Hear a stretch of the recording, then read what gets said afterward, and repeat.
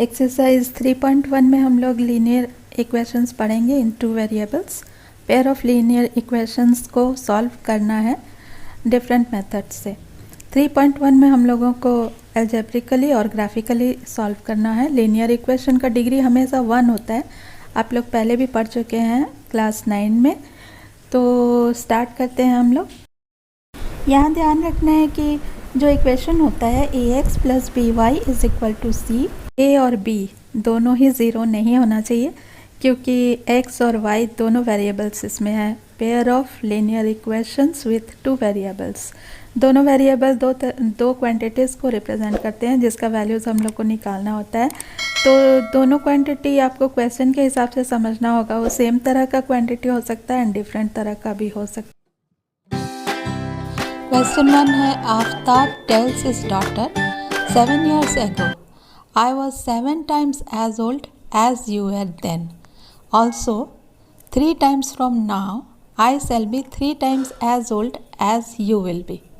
Represent this situation algebraically and graphically. Suppose कि आफ्ताब का present as x है and उसकी बेटी का प्रेजेंट एज y है। तो अकॉर्डिंग टू क्वेश्चन में जैसा कि दिया हुआ है कि 7 years ago, तो 7 साल पहले दोनों का ही एज 7 साल कम होगा। मीन्स आफ्ताब का एज x - 7 होगा, उसकी बेटी का एज y - 7 होगा। और उसमें क्या रिलेशन है कि आफ्ताब का एज जो है वो उसकी बेटी के एज से 7 टाइम, मतलब x - 7 = 7 टाइम्स y - 7, बेटी के एज से 7 टाइम्स होना चाहिए। इस इक्वेशन को हम लोग अलजेब्रिकली और ग्राफिकली सॉल्व करेंगे। 7 से हम लोग y - 7 को मल्टीप्लाई करते हैं तो होता है 7y - 49। और इसको लेफ्ट हैंड साइड लाते हैं तो होता है x - 7y = -49 + 7 हो जाता है। तो ये यहाँ पे बच जाता है 7 को उस साइड ले जाने पर -42। फिर से देखिए क्वेश्चन में दिया है आफ्टर 3 years, तो 3 years बाद दोनों का एज +3 होगा, मीन्स x + 3। और तब मतलब 3 years के बाद इसका एज 3 टाइम्स होता है आफ्ताब का उसकी बेटी से। तो x + 3 = 3 टाइम्स y + 3। फिर से इसको सॉल्व करते हैं हम लोग। 3y को लेफ्ट हैंड साइड लाते हैं, x - 3y = 3 को राइट हैंड साइड ले जाते हैं 9 - 3, देयरफॉर x - 3y = 6। इसको इक्वेशन 2 लिखते हैं। अब ये दो इक्वेशन बना है दो सिचुएशंस को लेके।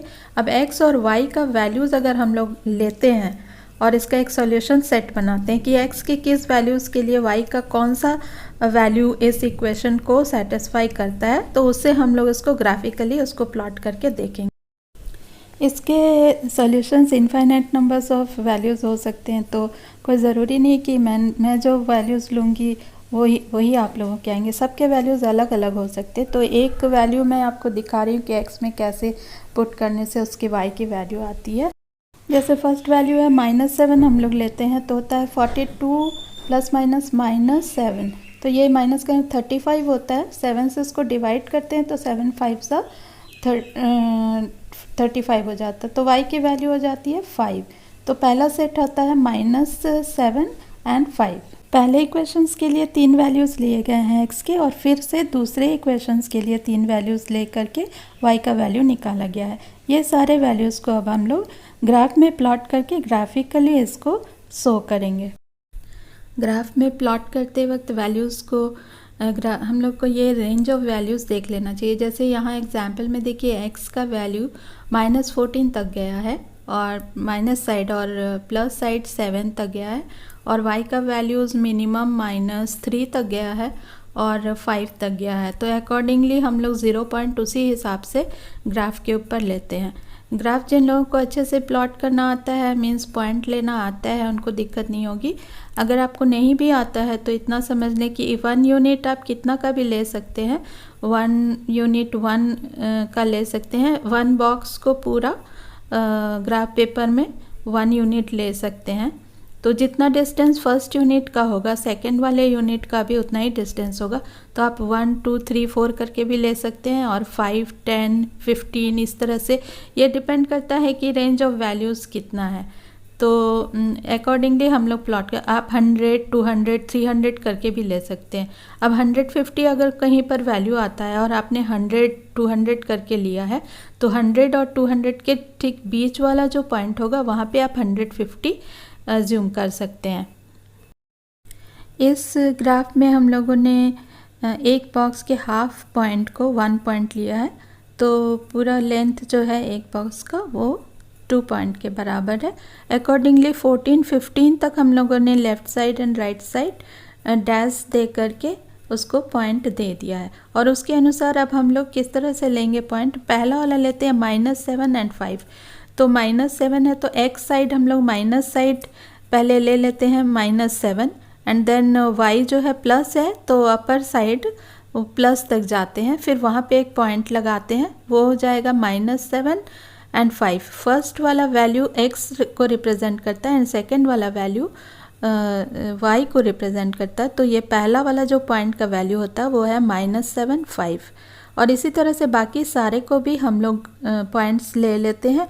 फर्स्ट वाले इक्वेशन के लिए 3 पॉइंट्स लेते हैं इक्वेशन के वैल्यूज़ के अनुसार, एंड फिर तीनों पॉइंट्स को मिलाते हुए स्केल से आप ठीक से पॉइंट्स को मिलाइएगा। ये एक स्ट्रेट लाइन आएगा तीनों पॉइंट्स पर। अगर स्ट्रेट लाइन नहीं आ रहा है ये लीनियर इक्वेशन में, तो समझ लीजिए कि कहीं कुछ गलती हुई है वैल्यूज़ को लेने में। फिर से वैल्यूज़ को चेक कीजिए कि कौन सी वैल्यूज़ कहाँ पे गलत लिया आपने, और उसके बाद उसको सही करके एंड फिर से आप इसको ले लीजिए।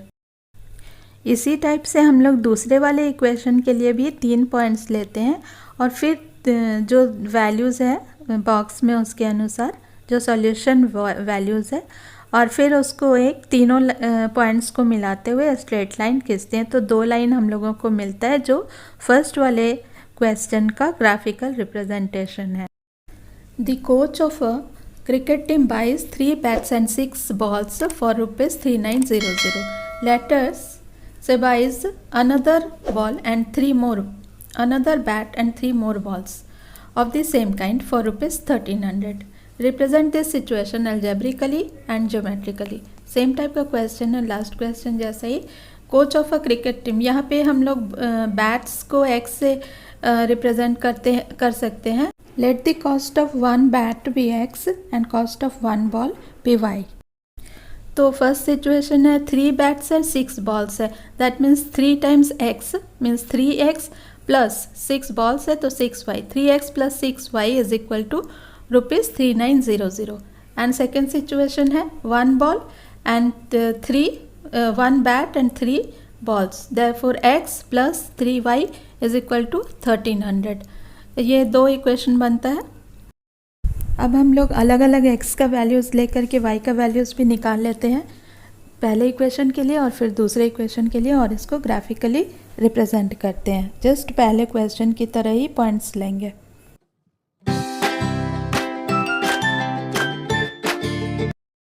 ग्राफ में 4 क्वाड्रेंट्स होते हैं और जिस तरफ वैल्यूज़ ज़्यादा होते हैं उस तरफ हमें ज़्यादा स्पेस रखना चाहिए। यहाँ पे देखिए प्लस वैल्यूज़ ज़्यादा है, माइनस कुछ कम है, तो उसी तरह से हम लोग स्पेसिंग भी करेंगे और 0 पॉइंट उसी हिसाब से एक्स और वाई एक्सिस का लगाएंगे।